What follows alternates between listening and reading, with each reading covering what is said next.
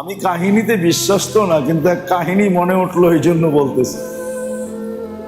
বর্তমানে যে ইরানের খমিনির আগে ইরানের রাজা ছিল শাহ। ইরানের রাজা ছিল শাহ, ছিল ইরানের রাজা। শাহর একটা লম্বা জামানা ছিল, একে বিতাড়িত করেই বর্তমান প্রথম খমিনি আসছে, তারপরে আরো কয়েকজন গেছে, এখন পর্যন্ত চলতেছে। তো শাহর একাধিক স্ত্রী ছিল। একদিন শাহর স্ত্রী মার্কেটিং করতে যাবে, তো শাহ মার্কেটে ঘোষণা দিছে যে অমুক দিন আমার স্ত্রী মার্কেটিং করবে, কিন্তু শর্ত হইল মার্কেটে দোকান মালিক আর সেলসম্যান ছাড়া কেউ থাকতে পারবে না। না, আমার ওয়াইফ ইরানের রাজার মালিকাত ইরান, ইরানের রাজার স্ত্রী, বাবুই তো ভিন্ন, ঠিক না? কি বলেন? তো সে ঢুকছে, বাজার করছে। 2-1 সপ্তাহ পরে শাহর সাথে আর বিচ্ছেদ হয়ে গেছে। কিসে?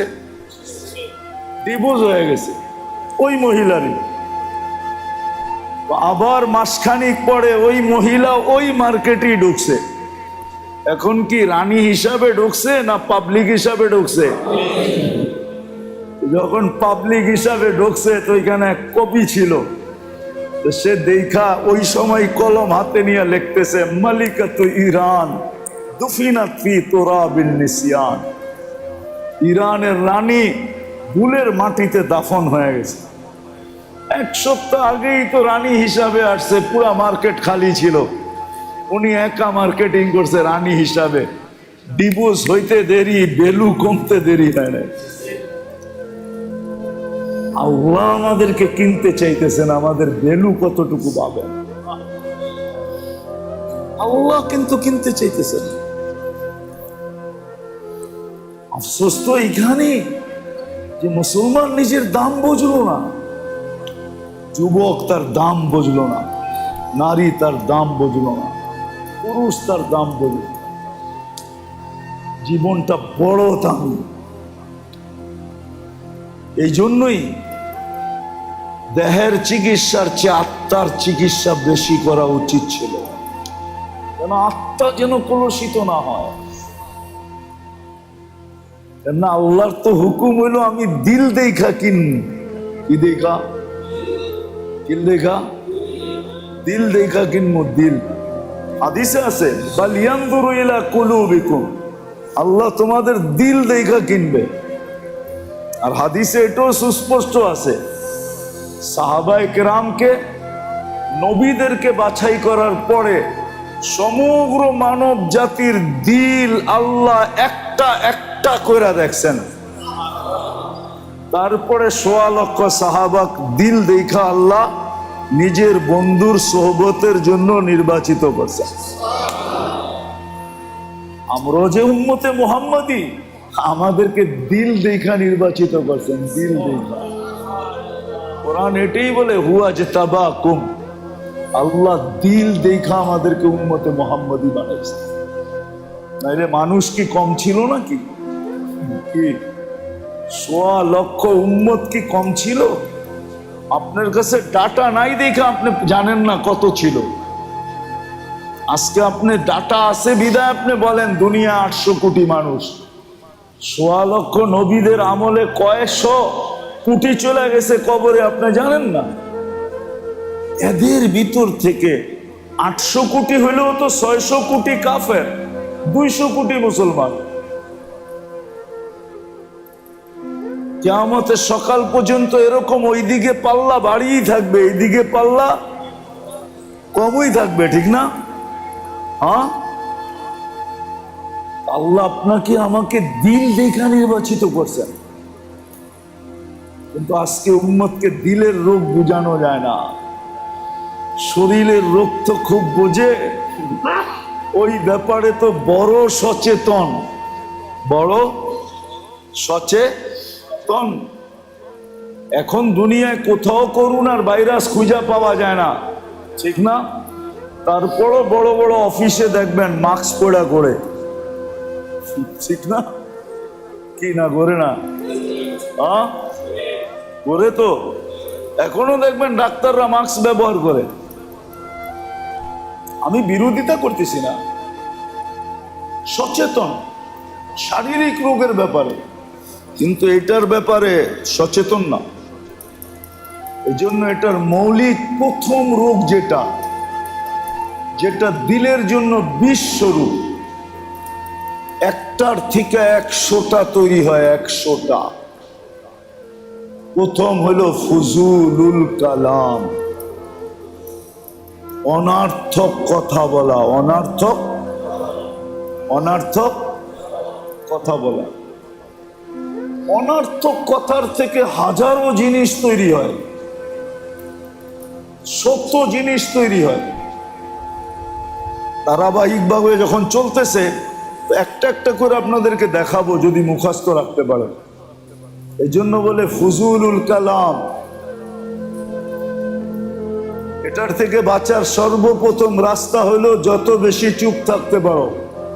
কিতাবে পাওয়া যায়, এক মহিলা এক যুগে ছিল, ওনাকে কোনো কথা জিজ্ঞাসা করলে কোরআন দিয়া জবাব দিতেন। কি দিয়া? কোরআন দিয়া যদি জবাব না পাইতেন তাহলে উনি চুপ থাকতেন, কোনো জবাব দিতেন না, বিলকুল চুপ থাকতেন। আছে, কিতাবে আছে, লম্বা কাহিনী আছে। আব্দুল্লাহ ইবনে মুবারক রহমতুল্লাহ আলাইহির সাথে লম্বা কাহিনী আছে ওই মহিলার। হজের সফরে দেখা হয়েছে, পুরো সফর যা জিজ্ঞাসা তাই কোরআন দিয়া। মহিলা হারায় গেছিল, তাবুতে পৌঁছায় দেওয়ার পরে ছেলেদেরকে জিজ্ঞাসা করছে, তোমার মায়েরে যা জিজ্ঞাইলাম সব কোরআন দিয়া? আমার আম্মা কোরআন দিয়া জবাব দেয়, কোরআন দিয়া না পারলে জবাব দেয় না, চুপ থাকে। কেননা কোরআনের উচ্চারণে প্রত্যেক নেকিতে হরফে 10 নেকি পাবে, ছিল একটা সময়। এই জন্য প্রথম হইল ফুজুল কথার থেকে বাঁচেন, কথা খুব কম বলেন। আজকে মুসলমান তো জানে না বিজ্ঞানী কাদেরকে বলে জানেন? কোরআনের ভাষায় বিজ্ঞানী বলে যারা সব বেশি চুপ থাকে। চুপ। 100টা জিগাইলে একটার জবাব দেয়, আর একটার ভিতরেই 100টার জবাব থাকে। এক জবাবের ভিতরে 100টার জবাব থাকে। আমাদের হযরত এনামুল হাসান সাহেব রহমতুল্লাহ আলাই, উনি এই সিফতের মানুষ ছিলেন। উনারে সারাদিন জিগাইলে উনি জবাব দিতেন না, যখন দিতেন একটা জবাব দিতেন, সারা দিনের প্রশ্নের জবাব একটার ভিতরে হয়ে যেত। এরকম সিফতের মানুষ ছিলেন। প্রথম বিষ হইল দিলের জন্য, আত্মার জন্য ফুজুলুল কালাম, অনার্থক কথা বলা। অনার্থক কথার থেকে বাঁচা।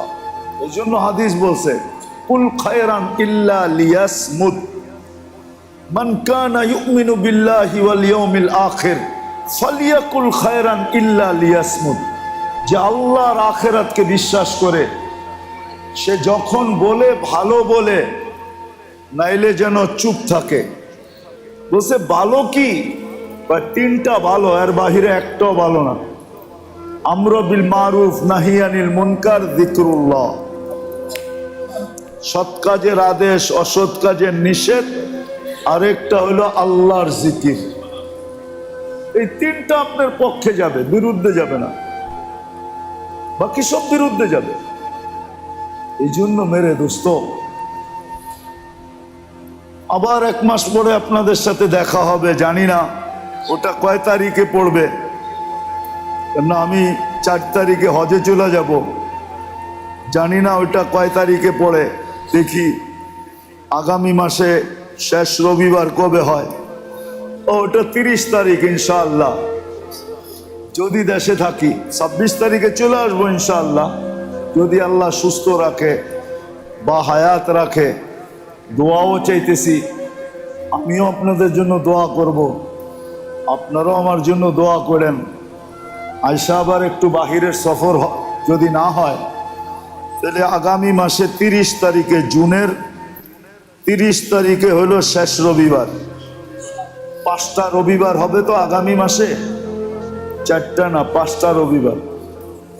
2 তারিখ, 9 তারিখ, 16 তারিখ, 23 তারিখ, 30 তারিখ। তো 30 তারিখে আবার ইসলাহি প্রোগ্রাম হবে যদি আল্লাহ বাঁচায় রাখে। আজকে যেটা বলতেছিলাম, যদি আলী রাদিয়াল্লাহু তাআলা আনহুর কওল হলো, যেই ব্যক্তি দিলের দাম জানে না, ওর কাছে ওর জিন্দেগির কোনো দাম নেই। দিলের দাম যার কাছে নাই, আত্মার দাম যার কাছে নাই, ওর জিন্দেগির দাম ওর কাছে। এটা আলী রাদিয়াল্লাহু তাআলা আনহুর ফতোয়া, আমার না। এই জন্য মেরে দোস্ত, আমাদের জিন্দেগির বড় দাম, আত্মার বড় দাম। যদি কেউ ভাবেন যে জীবন তো শেষ সীমানায় চলে আসছি, বয়স হয়ে গেছে, সবই তো উল্টা কাটায় দিছি, না, এই উম্মতকে আল্লাহ পাক, এই উম্মতকে আল্লাহ বড় সুযোগ দিছেন, বড় সুযোগ দিছেন। এই উম্মত আল্লাহর বড় লাডলা উম্মত। লাডলা, লাডলা বোঝেন? লাড বোঝেন না কি? বড় মহব্বতের উম্মত। মহব্বতের উপরে হলো লাড। লাড, লাড বোঝেন? আমার তো আছেই একটা, আমার তো। তারও যদি সন্তান একটাই থাকে, তো ওটা কি হয়? মহব্বতের হয় না কি হয়? আরে না মিয়া, মহব্বতের ঊর্ধ্বে হয়। কেন? আছেই তো একটা, আছেই তো। এটা মহব্বতের ঊর্ধ্বে, এটারে বলে লাডলা, এটারে কয় লাড। কি শুধু মহব্বত না, এটা তো একটাই। কয়টা? কি বাংলা একটা প্রবাদ বাক্য আছে, ময়রা বাইচা যেটা থাকে ওইটা হলো জন, আর খাইয়া লইয়া যেটা থাকে ওইটা হলো ধন। ঠিক না? তা এখন একজনের আছে সন্তান কয়টা? হ্যাঁ, তাইলে 10টা থাকলে যেই ভালোবাসা 10 জনের জন্য হইতো, এখন পুরাটা কয়জনের জন্য? আপনি এটারে ভালোবাসা কোন কি করে বলেন? আমারে গ্রামার দিয়ে বুঝান। তো উর্দুতে বলছে এটাকে লাডলা। সব ভালোবাসা যেখানে আইসা কিছে জমা হয়েছে, এটা হলো লাডওয়ালা। তো বাপেও কয়, মায়েও কয়, আমার তো একটাই, আমার তো সবই তো ওর, সবই তো। আল্লাহ যেন কয়, আমার তো উম্মত একটাই, উম্মতে মুহাম্মাদি। উম্মতে মানে আমি বুঝাইতে পারি না আপনাদেরকে। এই জন্য এটা লাডলা উম্মত। এই জন্যই তো আল্লাহ বলে এটা খায়রে উম্মত। কি খায়ের উম্মত? সব খায়ের আয়া এখানে জমা হয়েছে। এখানে তো একটাই। কয়টা? কয়টা? এরপরে আর কেউ নাই। সমস্ত খায়ের এইখানে জমা হয়েছে, আবার সমস্ত কিছু এইখানেই ডালা হয়েছে। এখানে একটাই তো। কি সবকিছু এইখানেই ডালা হয়েছে একটা। আমরা কিন্তু খায়রে উম্মত। এই জন্য ভালো মতে মনে রাখেন, প্রথম বিষ আত্মার জন্য। যেখান থেকে রোগ উৎপত্তি হয়, আধ্যাত্মিক রোগ যেখান থেকে ছড়ায়, আধ্যাত্মিক রোগের ক্ষেত্র এটা হলো কল্ব। আর এটার প্রথমটা হলো ফুজুলুল কালাম। কথা যত কম বলবে, ফালতু কথা যত কম বলবে, আসলে তো মেরে দোস্ত খোদার কসম, আপনারা আমার কথা মাইনা নেন, ফালতু কথা যারা কম বলবে, যত কম বলবে, তাদের ভিতর থেকে হেকমতের ভান্ডার তত বেশি উছলায়া বাহির হবে, উছলায়া। আপনার এখানে কিন্তু খনি লুকানো আছে, আপনি বাইর করতে পারতেছেন না। হেকমতের কথা তখন উছলায়া বাহির হবে, এমন এমন জিনিস বাহির হবে উছলায়া, আপনিও মাঝে মাঝে হাক্কা বাক্কা খায়া যাবেন যে এই কথা আমার দিলে কেমনে আসলো। আল্লাহ এরকম এরকম কথা দিলের ভিতরে ডালবে, কিন্তু শর্ত হইল কথা যত প্রয়োজন ছাড়া কোনো কথা না বলা, একান্ত প্রয়োজন না হইলে না বলা, একান্ত প্রয়োজন হইলে এতটুক বলা, যতটুক না বললে নয়, যতটুক না বললে নয়, অতটুক বলবো, এর বেশি না। ফুজুলুল কালাম, এটার থেকে বেঁচে থাকা, যে ফুজুলুল কালাম থেকে বেঁচে থাকো। যত কথা কম তত বেশি হিকমতওয়ালা হবে, তত বেশি আল্লাহ তার ভিতরে হিকমত ডালবে, এটাই আল্লাহর ওয়াদা। যত বেশি কথা কম বলবে। এক নম্বর হলো ফুজুলুল কালাম। কি পারবেন এটা করতে? হ্যাঁ, 3 কথা খুব বেশি বলেন, যত বলতে পারেন, যত। আমরু বিল মারুফ, সৎ কাজের আদেশ, অসৎ কাজের নিষেধ। জিকির যত করতে পারেন করেন। আর এই মাসটা কিন্তু ওই মাসেই, এই মাসটা 3টা মাস একাধারে, জিকাদা, জিলহজ্জা, মুহররম। এই 3টা মাস কিন্তু একাধারে, 3টা মাস। আশুরুল হুরুমের ভিতরে এই 3 মাস একাধারে, জিকাদা, জিলহজ্জা, মুহররম। আল্লাহ হুকুম করছেন এই 3 মাসে তোমরা গুনাহ করো না। ফালা তুযালিমু ফিহিন্না আনফুসাকুম। এই 3 মাসে তোমরা তোমাদের উপরে জুলুম করো না, গুনার কাছে যেও না। এই 3 মাস বড় জিকিরের মাস, যত বেশি জিকির করা যায়। এই 3 মাসের ভিতরে এরকম এরকম জিনিস ঘটছে, 3 মাসের ভিতরে এরকম জিনিস ঘটছে যেটা খুলতে গেলে অনেক লম্বা সময় চলে যাবে। আমি খালি 3টা দেখাবো আপনাদেরকে। এই মাসের ভিতরে ইসমাইল আলাইহিস সালাম এতাআত ঘটছে। জগতের ভিতরে, এই দুনিয়ার ভিতরে এতাআত, আল্লাহকে মানার যে একটা দৃষ্টান্ত, এই দৃষ্টান্তটা এই মাসে ঘটছে। সেটা ইসমাইল আলাইহিস সালামের মাধ্যমে ঘটছে।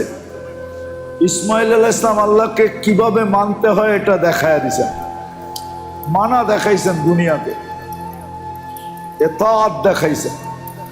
6 বছর ছেলে কামাল করে দিছে, মাত্র 6-7 বছরে। বাপেরে বলতেছে, ইয়া আবা তিফাল মা তুমার সাতাজিদুনি ইনশাআল্লাহু সাবিরিন। আমি দুনিয়াকে মাইনা দেখায় দিব, যা হুকুম তা পুরা করেন।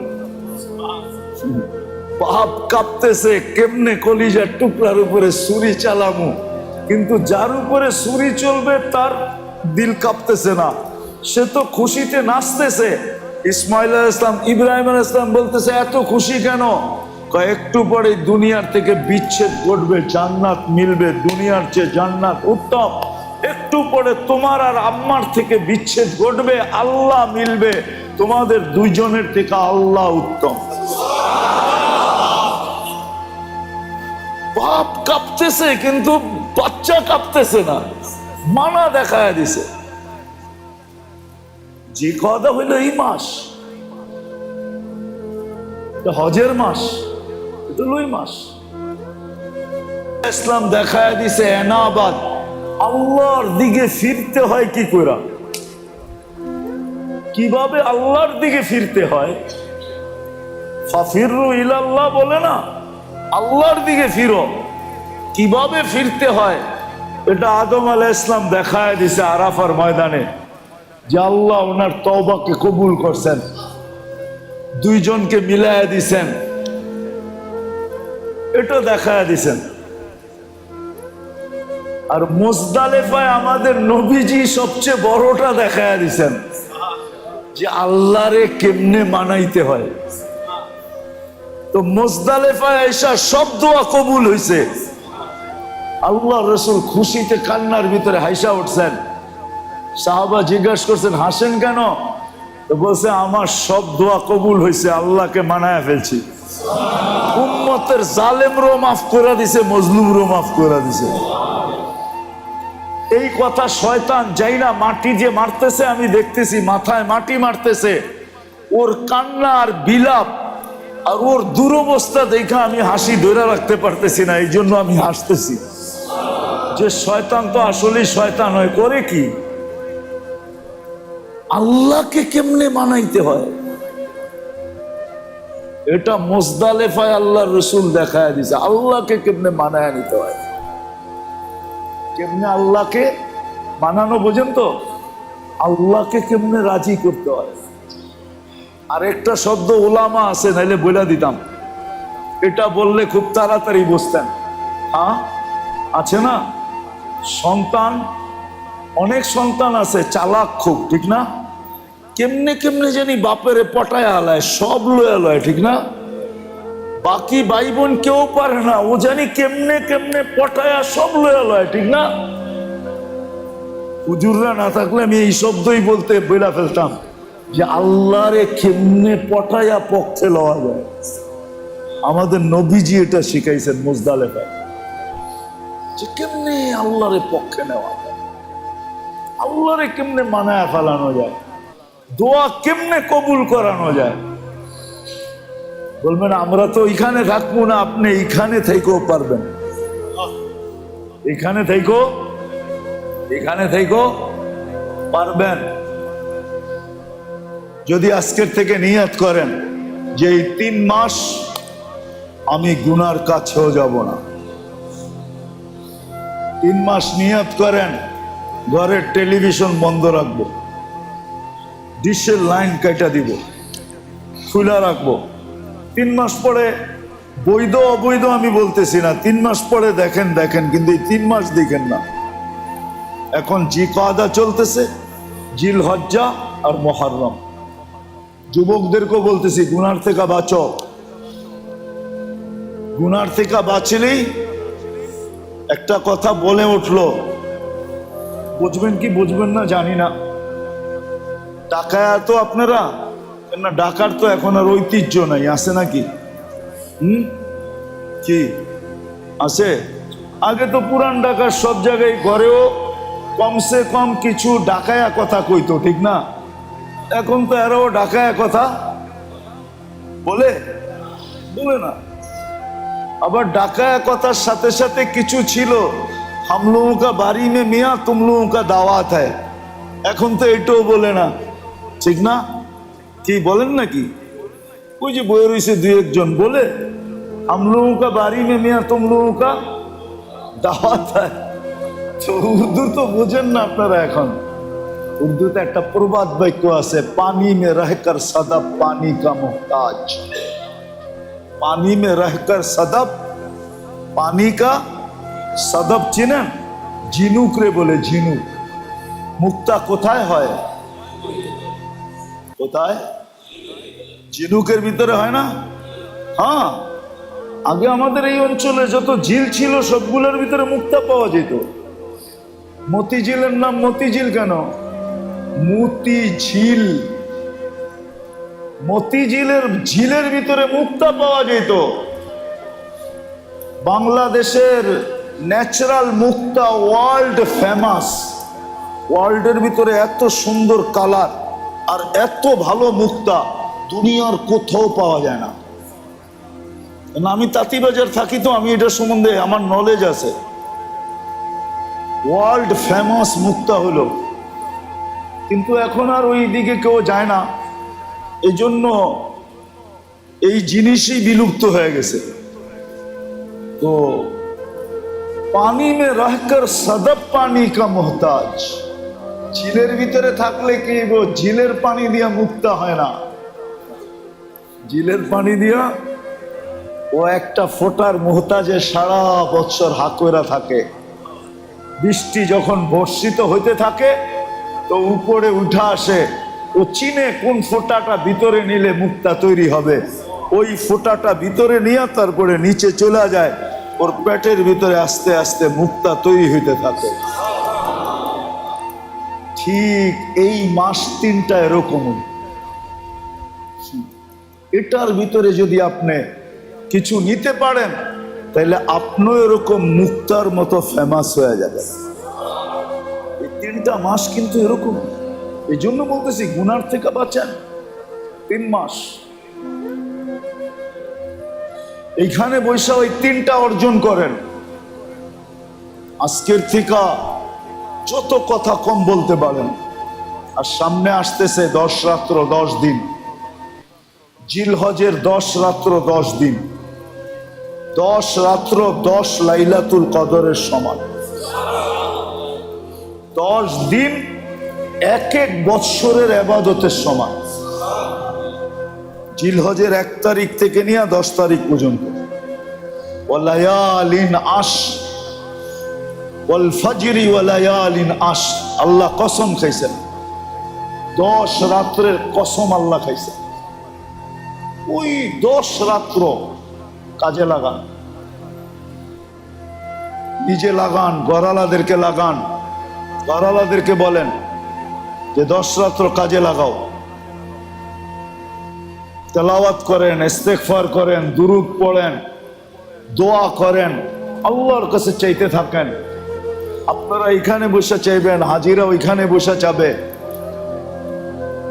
এই জন্য 10 রাত্রকে কাজে লাগানো চাই, 10 দিনকে কাজে লাগানো চাই। আর এই 3 মাস গুনার থেকে বাঁচা চাই। আপনি গুনার থেকে বাঁচবেন, আপনার ভিতরে এক শক্তি তৈরি হবে ইনশাআল্লাহ। এক জিনিস তৈরি হবে যেটার দ্বারা আমরা প্রত্যেকে দামি হব। যতটুক বললাম জানি না বুঝাইতে পারলাম কি পারলাম না। আল্লাহ আমাদের সবাইকে আমল করার তৌফিক দান করেন। আমার জন্য দোয়া করেন যেন আল্লাহ কবুল হজের বরকত নিয়ে যেন দেশে ফিরতে পারি। আমিও আপনাদের জন্য দোয়া করব ইনশাআল্লাহ। আপনারাও দোয়া করেন সুস্থ যাতে থাকতে পারি। আল্লাহুম্মা সাল্লি ওয়া সাল্লিম ওয়া বারিক আলা হাবিবিকা মুহাম্মদ। আল্লাহুম্মা লাকাল হামদ কামা ইয়ানবাগি লিজালালি ওয়াজহি ওয়া আযীমি সুবহানাক। ইয়া আউওয়ালাল আউওয়ালিন ইয়া আখিরাল আখিরিন ইয়া যাল কুওয়াতিল মাতিন ইয়া রাহিমাল মাসাকিন ইয়া হান্নান ইয়া মান্নান ইয়া জাওয়াদ ইয়া কারীম ইয়া দায়ান ইয়া আল্লাহ ইয়া আল্লাহ ইয়া আল্লাহ ইয়া আল্লাহ ইয়া আল্লাহ ইয়া আল্লাহ। বেশি কিছু চাবো না, মানে এই আয়োজনটাকে কবুল করেন, আমাদের এই আয়োজনটাকে কবুল করেন, এখানে যারা আসে তাদেরকে কবুল করেন।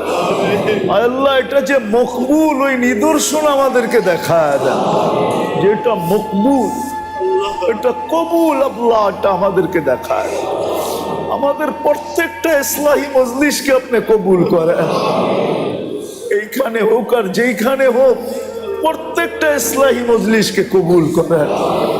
আল্লাহ আমাদের এই আয়োজকদেরকে কবুল করেন, এই মসজিদকে কবুল করেন, এই এলাকাকে কবুল করেন, এলাকার মানুষগুলোকে কবুল করেন, নারী পুরুষকে কবুল করেন, যুবক বৃদ্ধকে কবুল করেন, বাচ্চা বুড়াদেরকে কবুল করেন, প্রত্যেকটা মানুষকে কবুল করেন। আল্লাহ আপনি ভরপুর কবুলিয়ত নসিব করেন।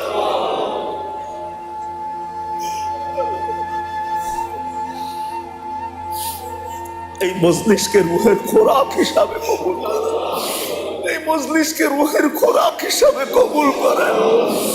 জিন্দগির কালার হিসাবে কবুল করেন, জিন্দগির পরিবর্তন হিসাবে কবুল করেন।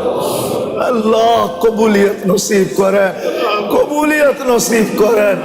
আজকে আমাদেরকে খালি ফেরত দিয়েন না, আজকে কমসে কম খালি ফেরত দিয়েন না, আজকে কমসে কম খালি ফেরত দিয়েন না, আজকে কমসে কম খালি ফেরত দিয়েন না। এতগুলা মানুষকে খালি ফেরত দিয়ে দিবেন।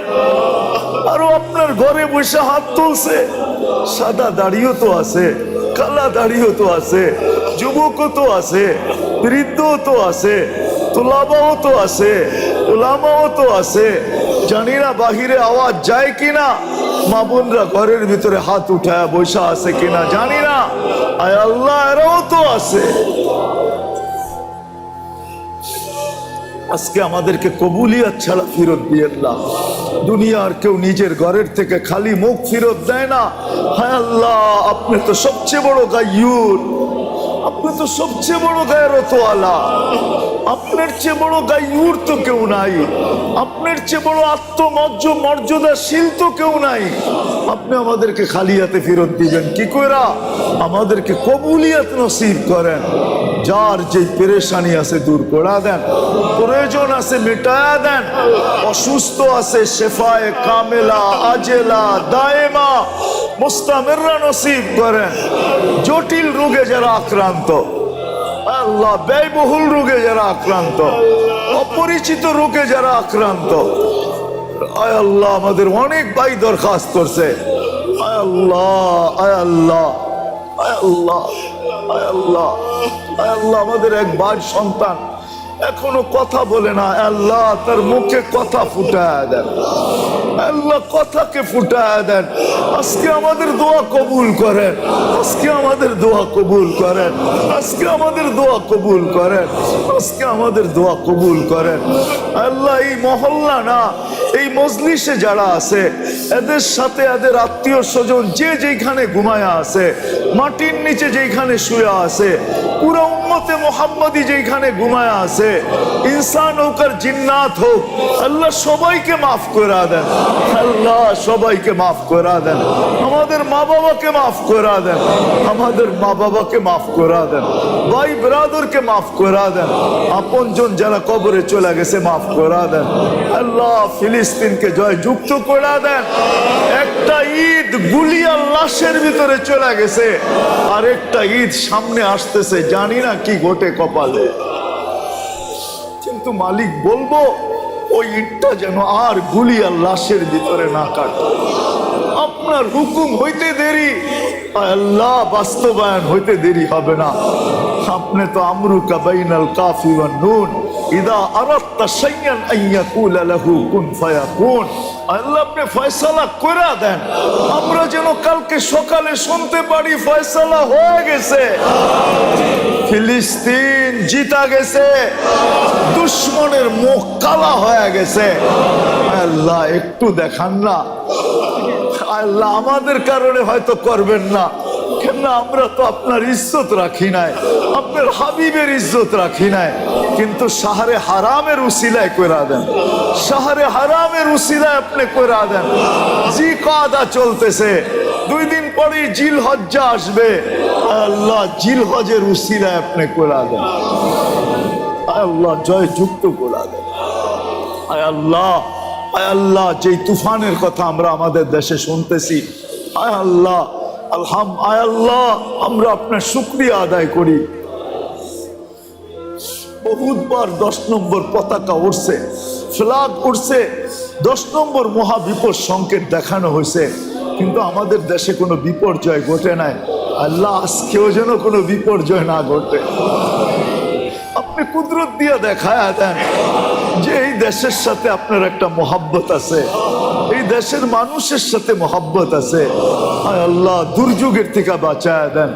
কতগুলা মাদ্রাসা আছে ছোট ছোট দুর্যোগপূর্ণ এলাকার ভিতরে, হেফজোখানা আছে, মক্তব আছে, মাদ্রাসা আছে। আয় আল্লাহ তোমার বান্দারা আছে, লাডলা উম্মত আপনার, আপনি আমাদের দেশকে দুর্যোগ থেকে বাঁচায় দেন, মেহেরবানি করে বাঁচায় দেন।